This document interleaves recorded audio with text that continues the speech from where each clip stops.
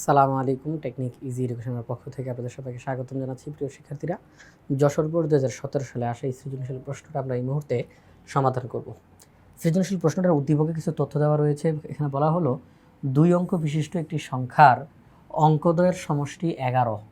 অঙ্কদ্বয় স্থান বিনিময় করলে যে সংখ্যা পাওয়া যায় তা প্রদত্ত সংখ্যা হতে 27 বেশি। এই যে উদ্দীপকটা দেওয়া, এই উদ্দীপকের আলোকেই আমাদেরকে সৃজনশীল প্রশ্নটার সমাধান করতে হবে। এখানে বলা হলো 2 অঙ্ক বিশিষ্ট একটা সংখ্যা 12, এটা 2 অঙ্ক বিশিষ্ট একটা সংখ্যা, একটা অঙ্ক দুইটা অঙ্ক। 32 2 অঙ্ক বিশিষ্ট সংখ্যা। 64 2 অঙ্ক বিশিষ্ট সংখ্যা। অর্থাৎ সংখ্যাটার মধ্যে দুইটা অঙ্ক থাকবে, একক স্থানীয় অঙ্ক, দশক স্থানীয় অঙ্ক। এরপরে বলা হলো, তো এই যে 2 অঙ্ক বিশিষ্ট একটা সংখ্যা, এই 2 অঙ্ক বিশিষ্ট সংখ্যাটার মধ্যে যে দুইটা অঙ্ক আছে, একক স্থানীয় অঙ্ক, দশক স্থানীয় অঙ্ক, এককের ঘরের অঙ্ক, দশকের ঘরের অঙ্ক, তারা বলছে এই দুইটা অঙ্ককে যদি যোগ করা হয় তাহলে যোগফল 11 হবে। 2 অঙ্ক বিশিষ্ট সংখ্যাটার এই দুইটা অঙ্ককে যদি যোগ করা হয়, এদেরকে প্রত্যেকে তো আলাদাভাবে অঙ্ক বলা হয়।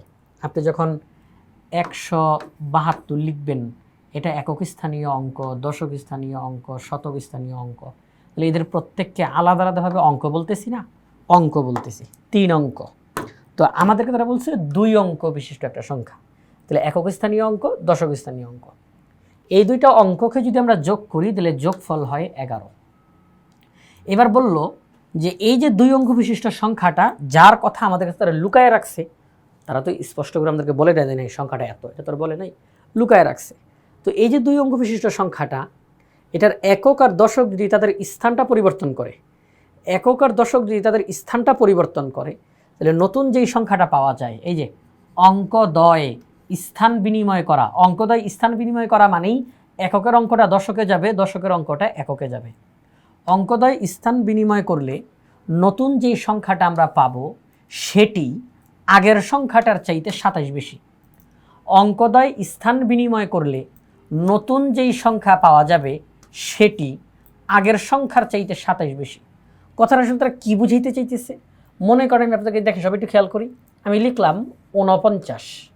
আচ্ছা, আমি যদি 49-এর জায়গায় যে একক আর দশকের স্থান যদি পরিবর্তন করি, তাহলে কি হয়ে যাবে? 94 হয়ে যাবে। এককের অঙ্ক দশকে লিখলাম, দশকের অঙ্ক এককে লিখলাম, পরিবর্তন হয়ে গেছে। তাহলে এই যে 49-এর চেয়ে 94 বড় না? তো এইরকম তারা এখান থেকে কোনো একটা সংখ্যা লুকায় রাখছে, আমরা জানি না। কোনো একটা 2 অঙ্ক বিশিষ্ট একটা সংখ্যা, তার অঙ্কদ্বয় যদি স্থান পরিবর্তন করে, তাহলে নতুন যেই সংখ্যাটা পাওয়া যাবে, নতুন সংখ্যাটা আগের সংখ্যার চাইতে 27 বেশি। এই হচ্ছে উদ্দীপক। পুরোটা ভেঙে বুঝাইলাম। এখন চলেন আমরা ক নাম্বার প্রশ্নের সমাধান করতে চলে যাই। ক নাম্বার প্রশ্নে বলছে a/b = c/d। a/b = c/d।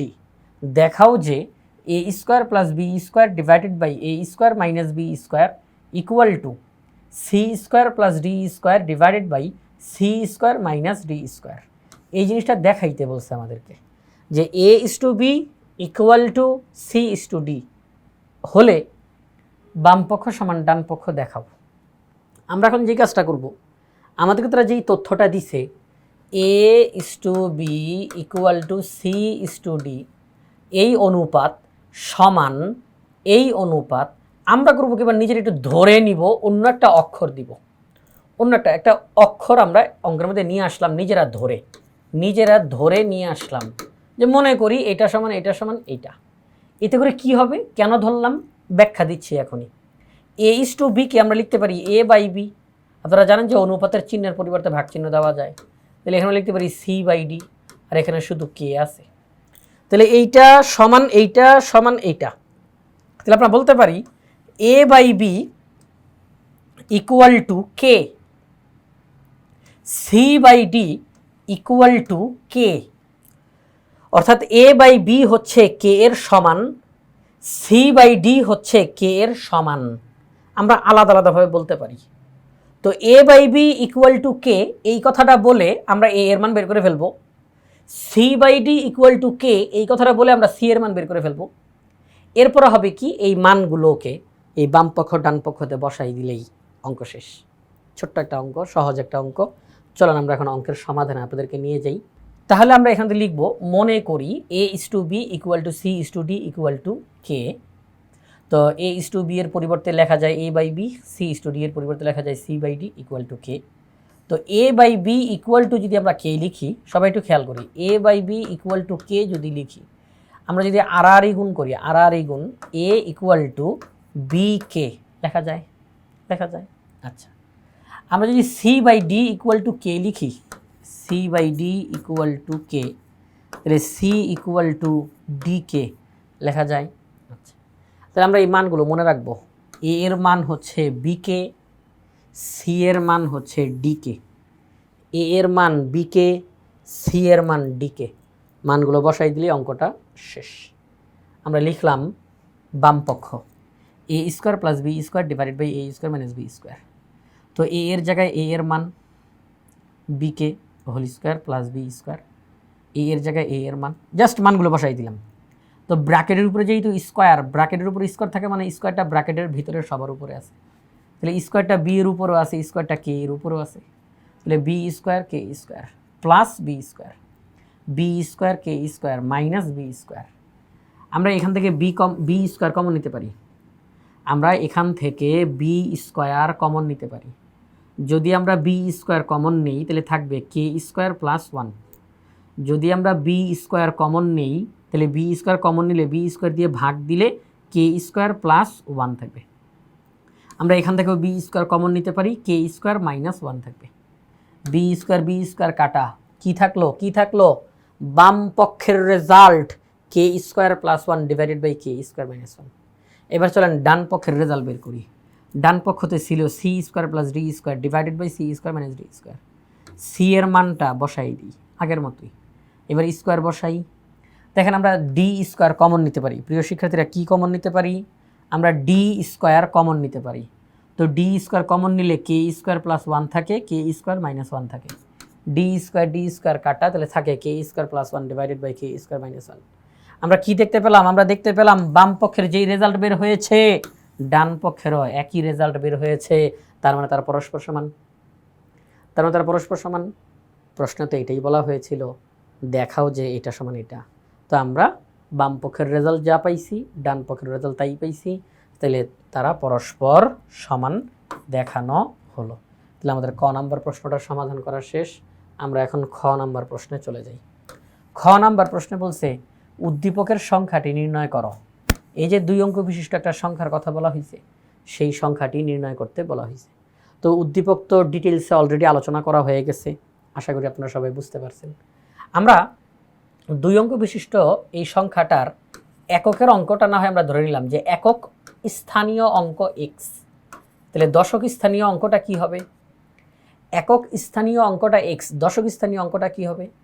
যেহেতু এখানে বলা আছে 2টা অঙ্ক যোগ করলে 11 হয়, তাহলে একটা অঙ্ক যদি x হয় তাহলে আরেকটা অঙ্ক হবে 11 বিয়োগ x। বলবেন স্যার বুঝি নাই। দেখেন প্রিয় শিক্ষার্থীরা, একক স্থানীয় অঙ্ক যোগ দশক স্থানীয় অঙ্ক সমান 11। আমরা জানি একক স্থানীয় অঙ্ক x, কারণ আমরা অলরেডি আগেই ধরে নিছি একক স্থানীয় অঙ্কটা x। শুধুমাত্র দশক স্থানীয় অঙ্কটা আমরা জানি না। তাহলে সেই ক্ষেত্রে দশক স্থানীয় অঙ্কটা একা থাকুক, আমরা এই এক্সকে ওই সেটে পাঠিয়ে দিই 11 মাইনাস এক্স। অর্থাৎ 11 থেকে যদি একক স্থানীয় অঙ্কটা বাদ দিয়ে দেই তাহলে আমরা দশক স্থানীয় অঙ্কটা পেয়ে যাব। আপনাদেরকে শুধু বোঝানোর জন্য বলতেছি, অনুগ্রহ করে এটাকে আবার কেউ সিরিয়াসলি নিয়েন না। মনে করেন 65 লিখলাম, 65। প্রিয় শিক্ষার্থীরা দেখেন, এককের অঙ্কটা 5, দশকের অঙ্কটা 6। এটা 2 অঙ্ক বিশিষ্ট একটা সংখ্যা। তো একক স্থানীয় অঙ্ক 5, দশক স্থানীয় অঙ্ক 6। 5 আর 6 যোগ করলে কিন্তু 11 হয়। 5 আর 6 যোগ করলে কত হয়? 11 হয় না? বলেন 6 যোগ 5 সমান 11 হয় না? তো আমি যদি বলি যে আমি দশকের অঙ্কটা জানি না, মনে করেন আমি বললাম যে আমি দশকের অঙ্কটা আমি জানি না, আমি শুধু এককের অঙ্কটা জানি, তাহলে দশকের অঙ্কটা বের করার জন্য আমি কি করব? 11 থেকে এই 5কে বিয়োগ করে দিলেই আমি পেয়ে যাব 6। এটাই হচ্ছে দশক স্থানীয় অঙ্কটা, ঠিক কি না? তো ঠিক ওই রকমভাবেই আমরা বললাম যে ধরি একক স্থানীয় অঙ্কটা x, তাহলে দশক স্থানীয় অঙ্কটা হবে 11 মাইনাস এক্স। তো প্রিয় শিক্ষার্থীরা, আমরা যখন 2 অঙ্ক বিশিষ্ট কোনো সংখ্যা লিখতে যাই, লেখার সিস্টেমটা কি? লেখার সিস্টেম হচ্ছে একক স্থানীয় অঙ্ক প্লাস 10 গুণ দশক স্থানীয় অঙ্ক। এটাই তো পদ্ধতি। আমরা যখন 2 অঙ্ক বিশিষ্ট কোনো সংখ্যা লিখতে চাই, সিস্টেম কি? একক স্থানীয় অঙ্ক যোগ 10 গুণ দশক স্থানীয় অঙ্ক, ঠিক না? যদি 3 অঙ্ক বিশিষ্ট কোনো সংখ্যা লিখতে চাই, একক স্থানীয় অঙ্ক যোগ 10 গুণ দশক স্থানীয় অঙ্ক যোগ 100 গুণ শতক স্থানীয় অঙ্ক, ঠিক কি না? তা আমরা যদি এটা 2 অঙ্ক বিশিষ্ট একটা সংখ্যা লিখতেছি, তাহলে একক স্থানীয় অঙ্ক যোগ দশক স্থানীয় অঙ্ক লিখলাম। আচ্ছা, হ্যাঁ, 10 গুণ দশক স্থানীয় অঙ্ক। তো এই সিস্টেমে তো 10 দিয়ে 11কে গুণ দেন 110, 10 দিয়ে x কে গুণ দেন 10x যোগ x, তাহলে 110 বিয়োগ 9x। এটা হচ্ছে সেই কাঙ্ক্ষিত সংখ্যাটা। এটাই হচ্ছে সেই কাঙ্ক্ষিত সংখ্যাটা, 2 অঙ্ক বিশিষ্ট সংখ্যা। আমি এখন জাস্ট কোনোভাবে অঙ্কটা করে যদি x এর মানটা বের করে ফেলতে পারি, আমি x এর মান বসাই দেওয়ার সাথে সাথে আমি সেই কাঙ্ক্ষিত 2 অঙ্ক বিশিষ্ট সংখ্যাটা পেয়ে যাব। আচ্ছা, তো এটা হচ্ছে প্রাথমিক অবস্থায় আমি যখন একক স্থানীয় অঙ্কটা ধরে নিলাম, দশক স্থানীয় অঙ্কটা আমি পেলাম, কারণ উদ্দীপকে বলা আছে 2টা অঙ্কের যোগফল 11। তাহলে একক স্থানীয় অঙ্ক যদি x হয়, তাহলে দশক স্থানীয় অঙ্ক হবে 11 থেকে x বিয়োগ। তাহলে এই হচ্ছে সংখ্যাটা। এখন আমি অঙ্কদ্বয়ের স্থান বিনিময় করব। অঙ্কদ্বয়ের স্থান বিনিময় করব, অর্থাৎ আমি এককের অঙ্ক যেটা ধরছি তাকে এখন আমি দশকের ঘরে বসাবো। দশকের অঙ্ক যাকে ধরছি তাকে এখন এককের ঘরে বসাবো। তাহলে চলেন আমরা যদি ওই হিসেবে বসাই, তাহলে একক স্থানীয় অঙ্ক হবে 11 মাইনাস এক্স। একক স্থানীয় অঙ্ক 11 মাইনাস এক্স, এটা একক স্থানীয় অঙ্ক, যোগ 10 গুণ দশক স্থানীয় অঙ্ক। এতক্ষণ পর্যন্ত আমরা যাকে একক বলছি, যাকে দশক বলছি, এখন আমরা তাদেরকে স্থান পাল্টায় ফেলছি। এককটাকে দশকে বসাবো, দশকটাকে এককে বসাবো। তাহলে এটা হচ্ছে নতুন সংখ্যা, এটা নতুন সংখ্যা, এটা আগের সংখ্যা, এটা নতুন সংখ্যা। আচ্ছা, প্রশ্নে বলা আছে নতুন যেই সংখ্যাটা আমরা পেলাম এটি আগের সংখ্যার চাইতে 27 বেশি। এই নতুন সংখ্যাটা এই আগের সংখ্যার চাইতে 27 বেশি, এটা বড়, এটা আমাদেরকে তারা জানাইল। তো মুখে মুখে অলরেডি সব কাজই করে ফেলছি। চলেন আপনাদেরকে আমি অঙ্কের সমাধানটা এখান থেকে দেখাই।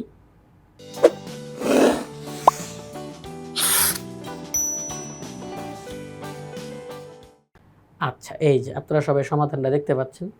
মনে করি সংখ্যাটির একক স্থানীয় অঙ্ক x, তাহলে দশক স্থানীয় অঙ্ক 11 মাইনাস এক্স, তাহলে সংখ্যাটা হবে একক স্থানীয় অঙ্ক যোগ 10 গুণ দশক স্থানীয় অঙ্ক। তাহলে এই ক্যালকুলেশন করলে এটা পাওয়া যায়। তাহলে সংখ্যাটা কত? সংখ্যাটা কত? সংখ্যাটা হলো 110 বিয়োগ 9x। সংখ্যাটা হলো 110 বিয়োগ 9x, হ্যাঁ, 110 মাইনাস 9x। এটা হচ্ছে কাঙ্ক্ষিত সংখ্যা।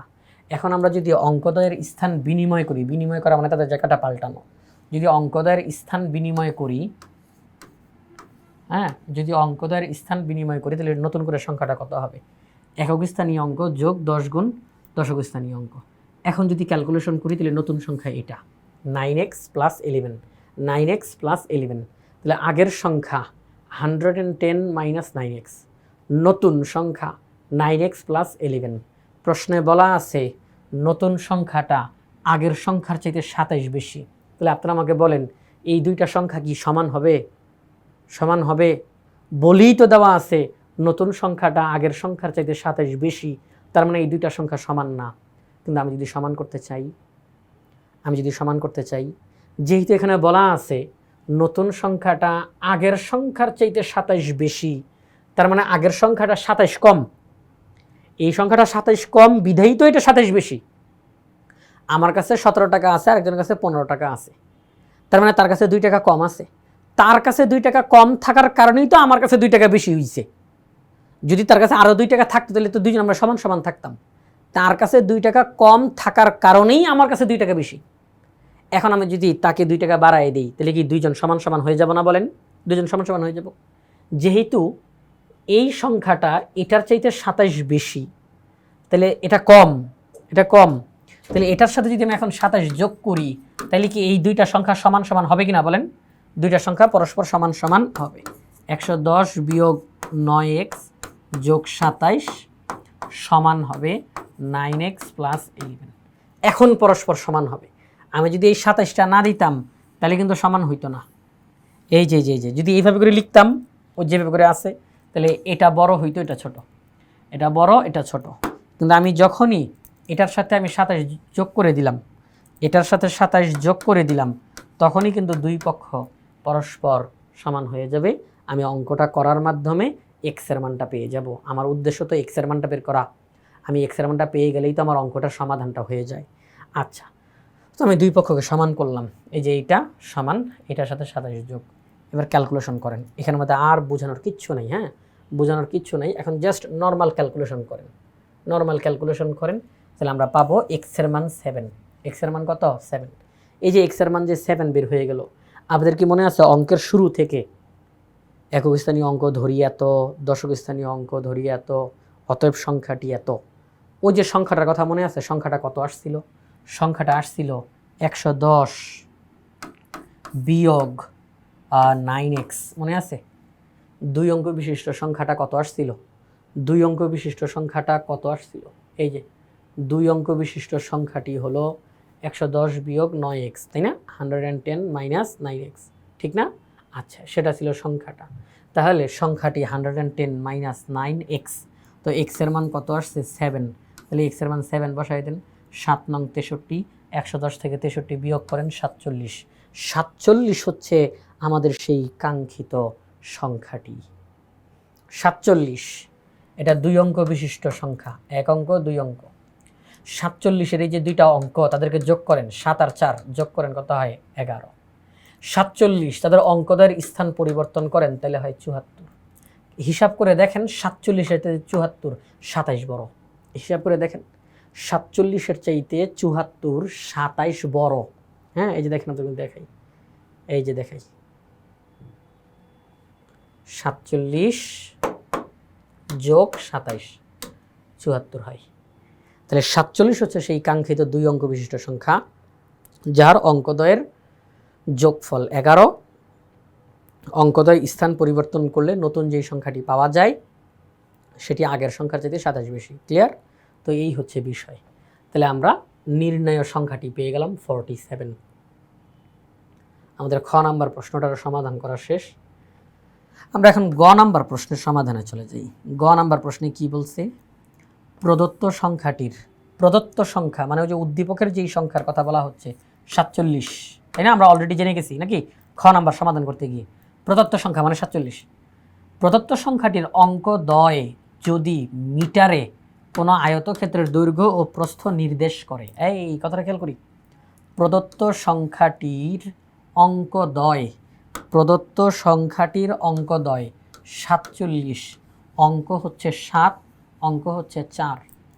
প্রদত্ত সংখ্যাটির অঙ্কদ্বয় আলাদা আলাদাভাবে যদি মিটারে মানে 7 মিটার 4 মিটার, প্রদত্ত সংখ্যাটির অঙ্কদ্বয় যদি মিটারে কোনো আয়তক্ষেত্রের দৈর্ঘ্য ও প্রস্থ নির্দেশ করে, অর্থাৎ একটা আয়তক্ষেত্রের দৈর্ঘ্য, আমরা জানি যে আয়তক্ষেত্রের দৈর্ঘ্য আর প্রস্থের মধ্যে দৈর্ঘ্যটা বড় হয়, প্রস্থটা ছোট হয়। তাহলে আমাদেরকে তারা বলছে 47, এই যে সংখ্যাটার অঙ্কগুলো, এদেরকে মিটারে ধরো। মিটারে ধরার পরে এদেরকে একটা আয়তক্ষেত্রের দৈর্ঘ্য এবং প্রস্থ হিসাবে ধরে নাও। তাহলে সেই ক্ষেত্রে আমরা জানি দৈর্ঘ্যটা বড় হয়, প্রস্থটা ছোট হয়। তাহলে 7 বড়, তাহলে আমরা বলবো দৈর্ঘ্য হচ্ছে 7 মিটার, প্রস্থ হচ্ছে 4 মিটার। হ্যাঁ, প্রস্থ হচ্ছে 4 মিটার। তো আমাদেরকে এটা বললো যে 47 এই সংখ্যাটির অঙ্কগুলোকে মিটারে একটা আয়তক্ষেত্রের দৈর্ঘ্যের প্রস্থ বিবেচনা করো। এরপরে আয়তক্ষেত্রের কর্ণ, কি বলছে? আয়তক্ষেত্রের কর্ণ যদি কোনো বর্গের বাহুর সমান হয়, বর্গের কর্ণের দৈর্ঘ্য নির্ণয় করো। প্রথম অবস্থায় প্রশ্নটা পড়ে মনে হচ্ছে না জানি কি ভেজাল আছে, না জানি, কোনো ভেজাল নেই, খুব সহজ, খুব সহজ। খেয়াল করেন, আমি বলি, প্রদত্ত সংখ্যাটা কত? 47। দুইটা অঙ্ক কত কত? 4 আর 7, 4 মিটার 7 মিটার। একটা আয়তক্ষেত্রের দৈর্ঘ্যের প্রস্থ এদেরকে ধরতে বলা হয়েছে। তাহলে 4 আর 7-এর মধ্যে 7 যেহেতু বড়, তাহলে আয়তক্ষেত্রের দৈর্ঘ্য 7 মিটার, প্রস্থ 4 মিটার জেনে গেছি। আয়তক্ষেত্রের দৈর্ঘ্য প্রস্থ জেনে গেছি। আচ্ছা, এবার বলছে আয়তক্ষেত্রের কর্ণ নির্ণয় করো। আয়তক্ষেত্রের কর্ণ কি? আয়তক্ষেত্রের কর্ণ এই যে দেখেন, এটা যদি হয় একটা আয়তক্ষেত্র, তাহলে এই যে কর্ণটা, এই কর্ণের মান বের করতে বলছে। এটা 7, এটা 4, কর্ণের মান বের করতে বলছে। আচ্ছা, কর্ণের মান কি বের করতে পারবো না? দেখেন, আমরা যদি এই অংশটা মুছে ফেলি, যদিও মোছার কোনো দরকার নেই, শুধু দেখানোর জন্য মুছলাম, এটাকে একটা সমকোণী ত্রিভুজ হয়ে গেছে না? বলে আয়তক্ষেত্রের প্রত্যেকটা কোণ 90 ডিগ্রি করে হয়, তাহলে এই কোণটা হচ্ছে 90 ডিগ্রি সমকোণ, তাহলে এটা সমকোণী ত্রিভুজ। তাহলে এই যে বাহুটা, এটা কি অতিভুজ? তাহলে পিথাগোরাসের সূত্র অ্যাপ্লাই করা যায় কি না? পিথাগোরাসের সূত্র অ্যাপ্লাই করা যায়। আমরা যে এই বাহুটার মান যে নির্ণয় করব, তাহলে এই বাহুটার মান নির্ণয় করার জন্য এটা অতিভুজ, তাহলে অতিভুজের সূত্র কি? অতিভুজ স্কয়ার ইকুয়াল টু অপর বাহুর বর্গের সমষ্টি, অপর বাহুদ্বয়ের বর্গের সমষ্টি। তাহলে অতিভুজের স্কয়ার, স্কয়ার যদি ওই সাইডে চলে যায় তাহলে রুট, তাহলে এই অতিভুজের মানটা নির্ণয় হয়ে যাবে। আচ্ছা, এই অতিভুজটা কি? আয়তক্ষেত্রের জন্য এটা কর্ণ। অতিভুজটা কি? আয়তক্ষেত্রের হিসাবে কর্ণ। এই যে অতিভুজের এই যে অতিভুজটা, এই অতিভুজটা হচ্ছে আয়তক্ষেত্রের হিসাবে কর্ণ। তাহলে আমরা অতিভুজের মান বের করে ফেলতে পারি পিথাগোরাসের সূত্র অ্যাপ্লাই করে। আচ্ছা, আয়তক্ষেত্রের কর্ণ পেয়ে গেলেন। এবার আমাদেরকে বলছে আয়তক্ষেত্রের কর্ণ যেটা, এটা অন্য একটা বর্গের বাহু। আয়তক্ষেত্রের যেটা কর্ণ, এটা অন্য একটা বর্গের বাহু। সিম্পল জিনিস, অন্য একটা বর্গের বাহু হিসাবে এই কর্ণটাকে ব্যবহার করতে বলা হয়েছে। আমি এই কর্ণের মান যা পাবো সেটাকে এই বর্গের বাহু হিসাবে আমি ধরে ফেলবো। এবার আমাকে বলছে বর্গের কর্ণের দৈর্ঘ্য বের করো। বর্গের কর্ণের দৈর্ঘ্য কি? √2a। বর্গের কর্ণের দৈর্ঘ্য কি? √2a মানে কি? √2 ইন্টু এক বাহুর দৈর্ঘ্য, √2 ইন্টু এক বাহুর দৈর্ঘ্য। তাহলে আসলে একটু ধারাবাহিকতাটা একটু বলি, চলেন একটু ধারাবাহিকতাটা বলি। আমরা করব কি 47, দুইটা অঙ্ক, বড় হচ্ছে 7, তাহলে একটা আয়তক্ষেত্রের দৈর্ঘ্য 7, প্রস্থ 4, এটা হচ্ছে কর্ণ। পিথাগোরাসের সূত্র অ্যাপ্লাই করে আমরা কর্ণের মানটা বের করে ফেলব। কর্ণের যেই মানটা পাবো তাকে আমরা একটা বর্গের বাহু হিসাবে ধরে ফেলব, তাকে আমরা একটা বর্গের বাহু হিসাবে ধরে ফেলব। এই যে কর্ণটা, এই যে কর্ণটা √7² + 4², এটা হচ্ছে একটা বর্গের বাহু। আচ্ছা, আমি ক্যালকুলেশনটা এখন করতেছি না, আমি অঙ্ক করে দিকে দেখাবো। এখন আমাদেরকে বলছে কর্ণের দৈর্ঘ্য বের করো। তো বর্গের কর্ণের দৈর্ঘ্য কি? √2 ইন্টু এক বাহুর দৈর্ঘ্য। হ্যাঁ, এক বাহুর দৈর্ঘ্য, বাস, সিম্পল জিনিস। ঠিক আছে, চলেন আমরা এখন অঙ্কটা সমাধান করে ফেলি। আমরা লিখলাম খ নং হতে প্রাপ্ত সংখ্যাটি হচ্ছে 47। সংখ্যাটির অঙ্কদ্বয় মিটারে। কোনো আয়তক্ষেত্রের দৈর্ঘ্য প্রস্থ নির্দেশ করলে আয়তক্ষেত্রের দৈর্ঘ্য হবে 7 মিটার, প্রস্থ হবে 4 মিটার। তাহলে আয়তক্ষেত্রের কর্ণটা হবে √7² + 4²। 7² মানে 49, 4² মানে 16, ক্যালকুলেশন করলে √65। আপনি এভাবে রেখে দিতে পারেন, অথবা চাইলে আরও ভাঙতে পারেন ক্যালকুলেটর ব্যবহার করে। √65 মানে হচ্ছে 8.062 মিটার প্রায়, কারণ আরও অনেক সংখ্যা আসবে, তো আমরা দশমিক করে 3 ঘর নিলাম। তাহলে আয়তক্ষেত্রের কর্ণ পেয়ে গেছেন? পেয়ে গেছেন আয়তক্ষেত্রের কর্ণ, সেটা কি? 8.062 মিটার প্রায়। আয়তক্ষেত্রের কর্ণটা কোনো একটা বর্গের বাহু, আয়তক্ষেত্রের কর্ণটা কোনো একটা বর্গের বাহু। তাহলে বর্গের বাহু কত? 8.062 মিটার প্রায়, বর্গের বাহু। বর্গের কর্ণের দৈর্ঘ্য কত? √2 ইন্টু এক বাহুর দৈর্ঘ্য, √2 ইন্টু এক বাহুর দৈর্ঘ্য। তো আপনি যদি এই মানটাকে √2 দ্বারা গুণ করেন তাহলে 11.401 মিটার প্রায়, 11.401 মিটার প্রায়। তাহলে নির্ণেয় বর্গের কর্ণের দৈর্ঘ্য 11.401 মিটার প্রায়। এটি হচ্ছে আমাদের গ নম্বর প্রশ্নের সমাধান।